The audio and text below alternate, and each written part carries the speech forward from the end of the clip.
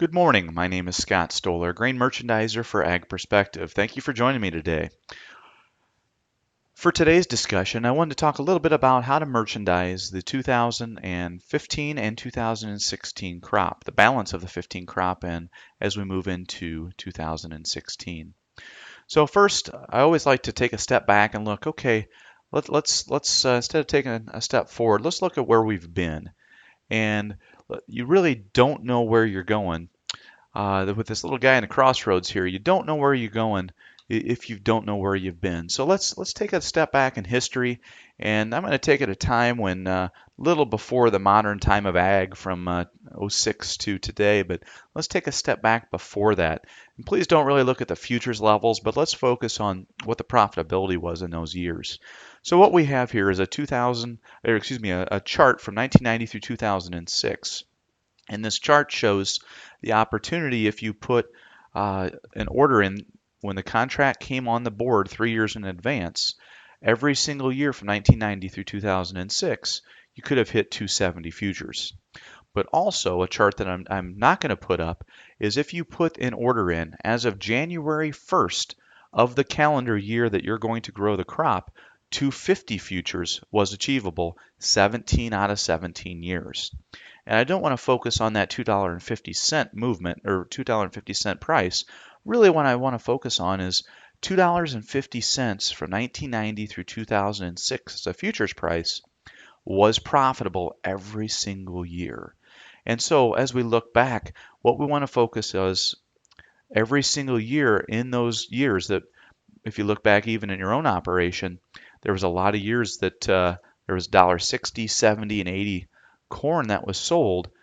The opportunity existed to get that crop sold profitably. So as we move forward into the marketing the rest of the 2015 year, and as we move into 2016, there's still opportunity moving forward.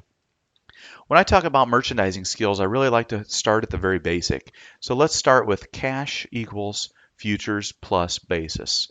Nothing more than that. This is really simple stuff, guys. Merchandising skills is really going back and going back to the simple stuff and understanding what futures mean, what basis is. And in another presentation, Troy will talk about the futures price and the movement and levels we're looking at for the 15 and 16 crop. But for our purposes today, we're going to focus first and foremost on what is basis. Now, basis, as we just talked about, is the cash price minus the futures price. What I really like to talk about is the true supply and demand of the marketplace. One of my mentors in the grain business always had told me, he goes, you know what? All basis does is moves grain from where it is to where it ain't. And he had a big old southern draw, so the ain't side made a whole lot more sense with that southern draw. But all basis does is move grain from where it is to where it's not. So let's put up a handy dandy, beautiful drawing of the Midwest, and let's talk about as coming out of the 2000 or coming through the 2015 year, what basis looks like on a map. So as we look into the state of Iowa, Nebraska, Kansas, for the most part, very good crops. We're going to have pressure on basis in that part of the country. Also, western Missouri, Kansas as well. Very sizable crops. Eastern Missouri had a tougher time. So, but other than that, as you go further west, just a sizable crop. The one caveat this year is we did have a short crop in a certain part of the country, northeastern Illinois, northwestern Indiana, northwestern Ohio. They really struggled in that part of the country. So as we look there, we kind of see that what's going to happen. Well, grain, once again, remember, basis moves grain from where it is to where it's not. So let's put real numbers on that from the 2015 corn basis chart as we look around the country. Versus the March futures, and this would have been really in the month of January, and as we move into February, about 35 over the March has caught the top end of basis as you look in eastern Indiana and western Ohio. We've seen a little bit of perk into the 40 over range. If you for some large lots on the commercial side, maybe you could have got some 45 overs, but 35 over has caught most of it as we look in that part of the country. Northern Illinois, really Interstate 88 and north, ethanol plants in Rochelle. And then when you look up towards Lena, the Wisconsin border, southern Wisconsin, really 5 under to 10 under has caught the majority of that business from December and January thus far in the calendar year. When we move into the St. Louis market, 15 over the March has traded rather frequently. There's been even some better numbers, 25 over, as you look into a couple of the ethanol plants in that St. Louis market. And Decatur is traded about 25 over the March as we look more into the central Illinois side. As we move further west, remember on the chart I'd showed before on that pictorial that we've got a lot of corn out west. So then as we start looking into those Kansas feed yards, we've got 20 under the March. And then as we go into the far northern parts of the country, North Dakota, South Dakota, Minnesota, you're looking about 50 under at rail shippers. What this really shows, though, it's about 75 cents a bushel to go from Minnesota to the Dakotas to eastern Indiana. And what I'm showing here is about 85 cents a bushel between those rail shippers out west and the eastern Indiana, western Ohio market. So when you see any differences bid-wise, anything more than 75 cents a bushel, grain will move from the western corn belt to the eastern corn belt. For the majority of the presentation, what I want to look at is really let's talk about spreads. I'm a pennies guy, so pennies, nickels, and dimes is really what my primary focus is, and how can I bring that to our growers and our clients' operations. So, spreads are really the great connector. It moves grain from when it is grown until when it is consumed, and spreads help us do that. It's quoted as the price difference between two futures months. And it's the relationship between the nearby month and the following futures month. And I put in it's telltale for supply and demand. Basis is the true supply and demand, but spreads kind of give us an indication of what's really happening out there in the marketplace. I'm going to quick throw up a 2009 corn basis chart, and what this shows is the relationship between the futures months in a carry environment. When you go back and look in 2009, we had futures prices that were more like $4 or $5 a bushel. So that gave that December to March carry the potential for 15 cents a bushel, and that's what we ended up seeing as we got into first notice day. And all the other futures months had some strong carries as well. The question mark when we come out of through 2015, when we look at when December rolled off the board going into versus the March as of December 15th, that was actually an inversion. Well, we just had about the largest or the third largest futures crop in history. Why would that not be at full carry? Well, let's talk a little bit about that. The next chart's going to be a little busy, and thank you for FC Stone for giving us this chart. But what this is I want to talk a little bit about the Illinois water delivery system. Pre-2000 or pre-1999, the delivery system for the Board of Trade was Toledo, Ohio, Chicago, Milwaukee, Burns Harbor, and St. Louis. And what happened in 1999, they wanted to have smaller quantities available for delivery and not at these large delivery houses. So they broke up the corn delivery system to be Burns Harbor, Chicago, Milwaukee, but then all the way down to Pekin on the Illinois water system. There was a constant supply. The loadout was 55,000 bushels in a barge. It was just a smaller quantity. Well, let's take a little bit deeper look into what those delivery houses used to look like versus what they look like today. This first elevator is still in use, still an export elevator. Can load salty boats off of into the lakes market. But this is on the Calumet River. This is Nidera, Chicago and Illinois River Marketing. 12.3 million bushel facility. And once again, this is on the Calumet River. What to focus on, these are big old cement silo houses built in the 20s, 30s through the 1970s. This is a facility that's no longer in existence. You may have seen this off of I-55 as you're traveling north into Chicago. This is right off of Damon Avenue. This is an old Santa Fe grain elevator. Once again, close to the Calumet River. Could have loaded out in the day.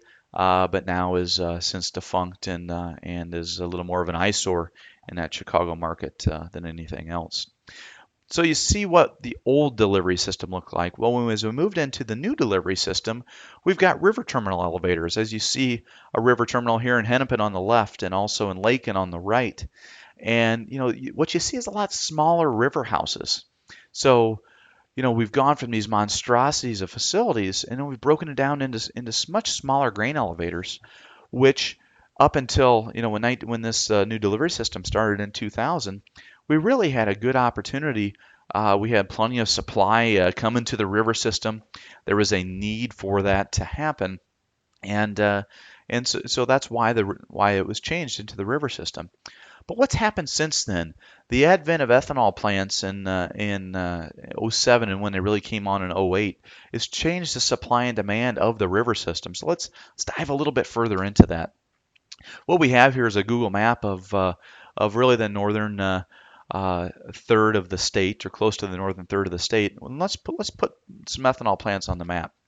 First, we'll start off in Hennepin, Illinois with Marquis, which will now be, as soon as they're grinding at full capacity, the largest dry ethanol mill in the world.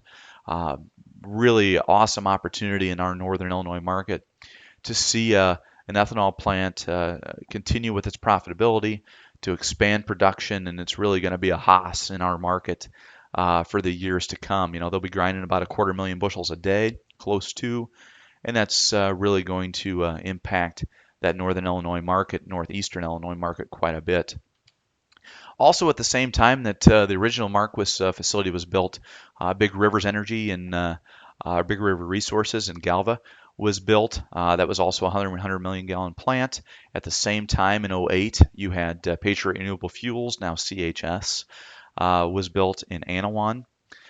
In those markets, and look where that grain would come from. A lot of that grain would all come from this market here, would come from that south of Dixon market, south of 88 going into Anawan, and then also this market surrounding Galva. So what you've had is all those bushels are really taken out of that Hennepin, Illinois market, river market. So that's changed the supply and demand there. My old home place where I was born, Gibson City down here, a lot of this traffic comes from north and a little bit to the east, but mainly to the north. So that river traffic used to go to the north, to Morris or into Ottawa, and now that comes south to Gibson City. You've got the Rochelle ethanol plant, which stops the I-39 traffic. A lot of those bushels used to go to Peru or Utica. Now they're stopping in that market in Rochelle. And the big ones of Peoria and the two plants in Pekin, those plants have done nothing but expand over the last 10, 15 years. So what that done is leads itself to taking more bushels away from Creve Coeur, more bushels away from that river market, and placing them into a corn plant. Another one we want to talk about, we can't let go the elephant in the room of Clinton, ADM in Clinton, and also Cedar Rapids, which takes bushels obviously away from the Mississippi River, but also that northwestern Illinois. Between both of those ethanol plants, or excuse me, both of those corn plants, wet corn plants in Clinton and Cedar Rapids, you're grinding close to 1.2 million bushels a day, and that's a lot of bushels that no longer flow to the river market or even to Hennepin when you look at some of those west of Sterling bushels. And the last one that I want to point out is Ingredion in Chicago.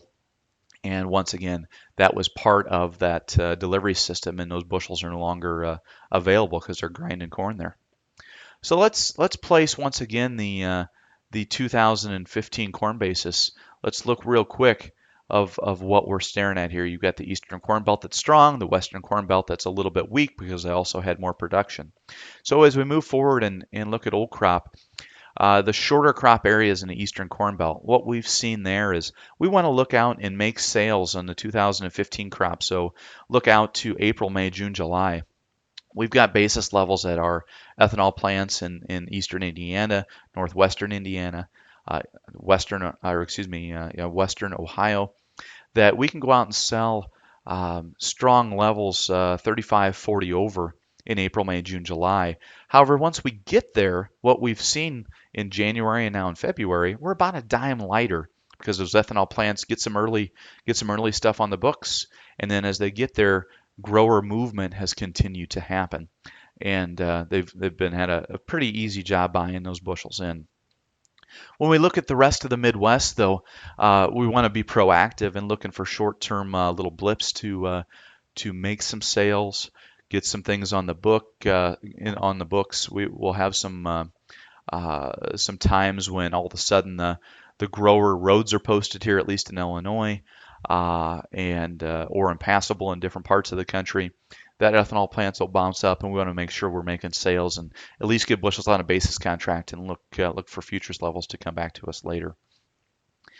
As we look at the remainder of the 15 crop, I think we want to focus on getting grain on basis contracts. Move grain when you can, not when you have to.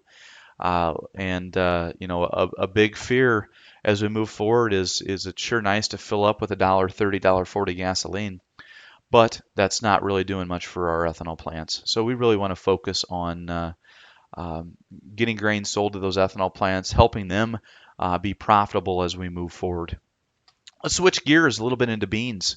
As I said, the corn delivery system stops here in Pekin, right here at this line, but the bean system continues all the way down into the East St. Louis market.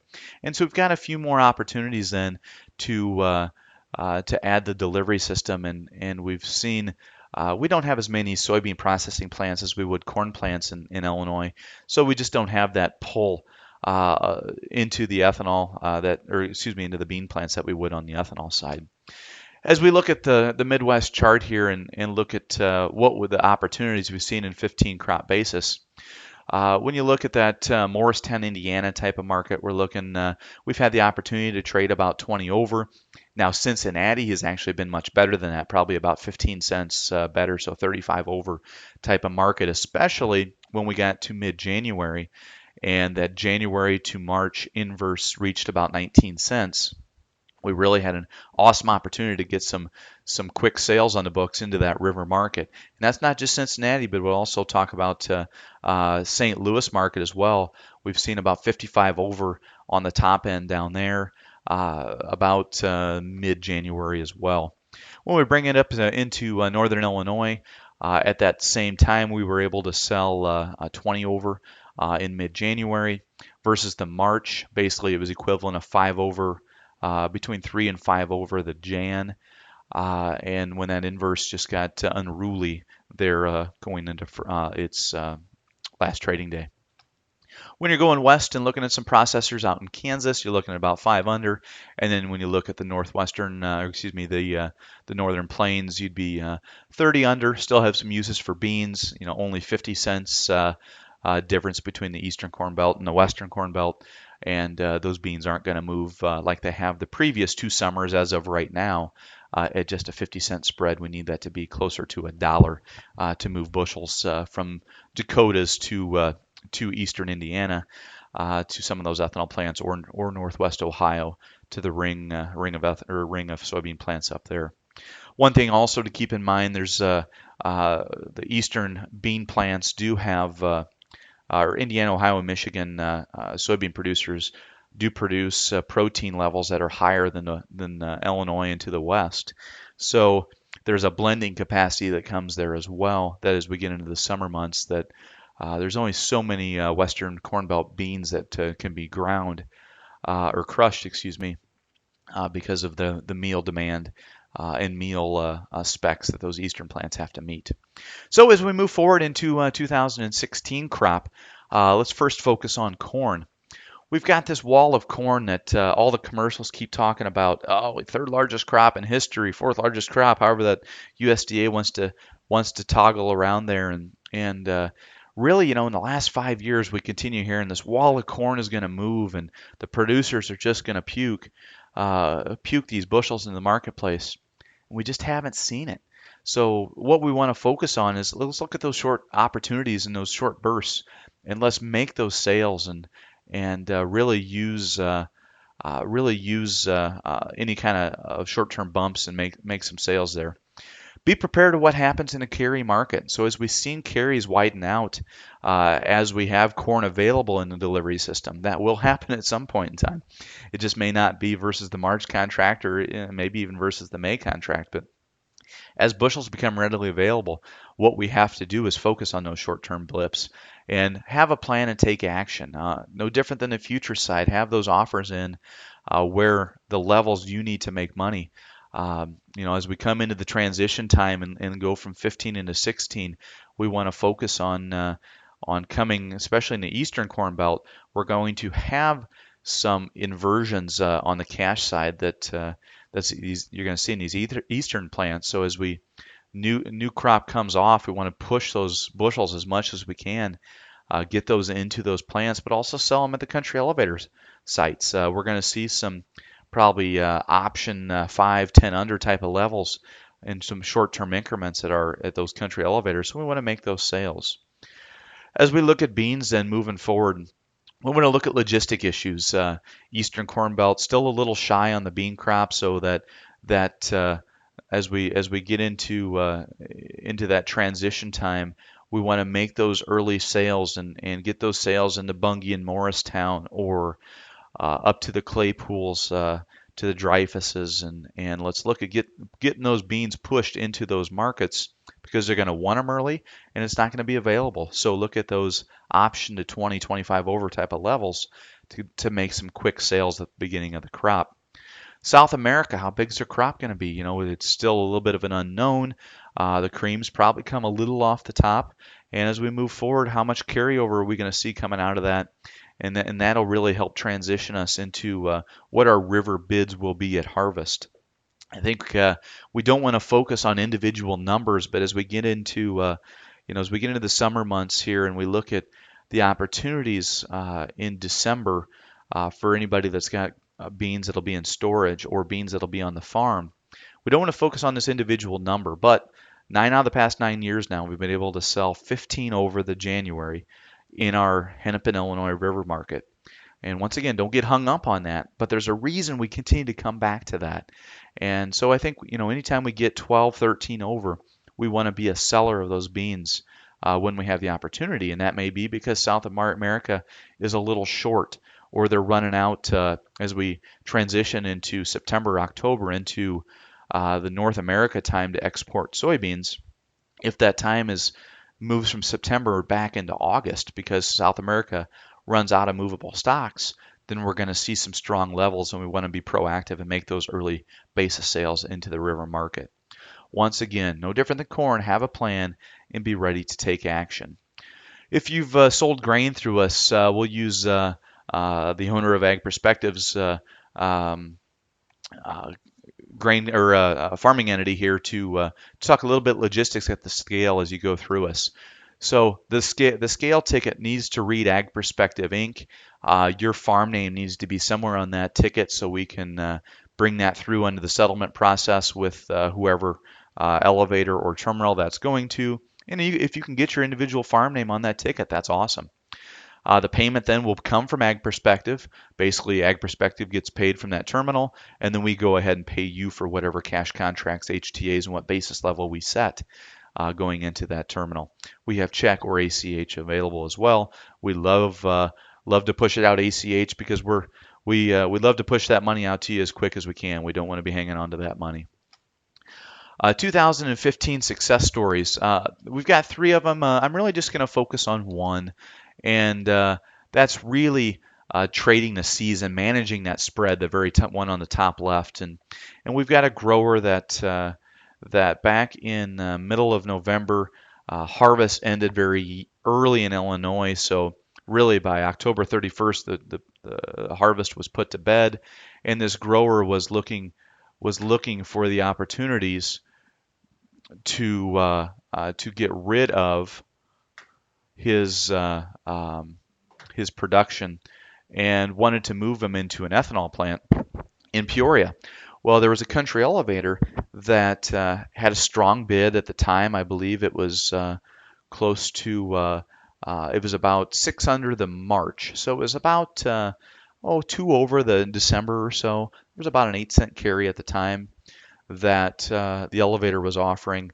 And two over the, was a good number. It provided some carry opportunities for the growers' bins. But I told the grower, I said, I think there's not a whole lot of growers moving anything. Let's wait just a second here and see what happens in that December to March spread. It feels like it needs to come together and it might collapse a little bit.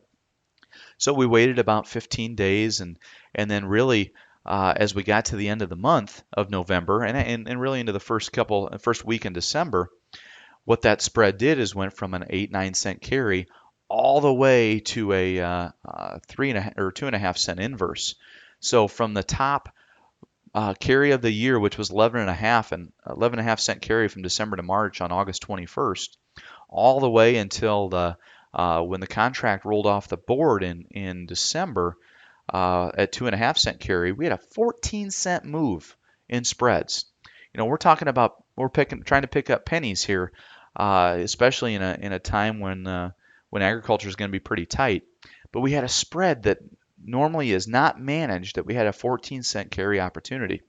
So once again, for this grower, as we look back then, we had the opportunity to start off at 6 under the March, and by the end, in the first week in December, we ended up setting that basis level on that grower's HTA at 4 over the March.